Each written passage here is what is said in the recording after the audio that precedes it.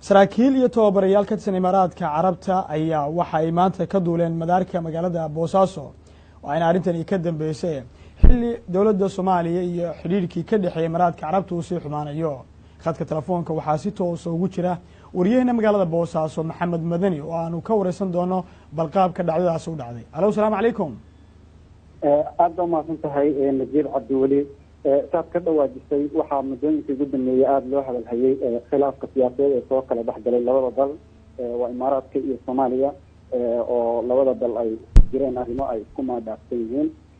taas ayaa waxaad hadda muuqatay in muxuu ahaa khilaafka uu saameyn uu ku yeeshay xeryo ciidan oo imaaraadka uu gacanta ku hayay kuwaasi oo meelo kamid ama magaalooyinka Soomaaliya ku yaalay.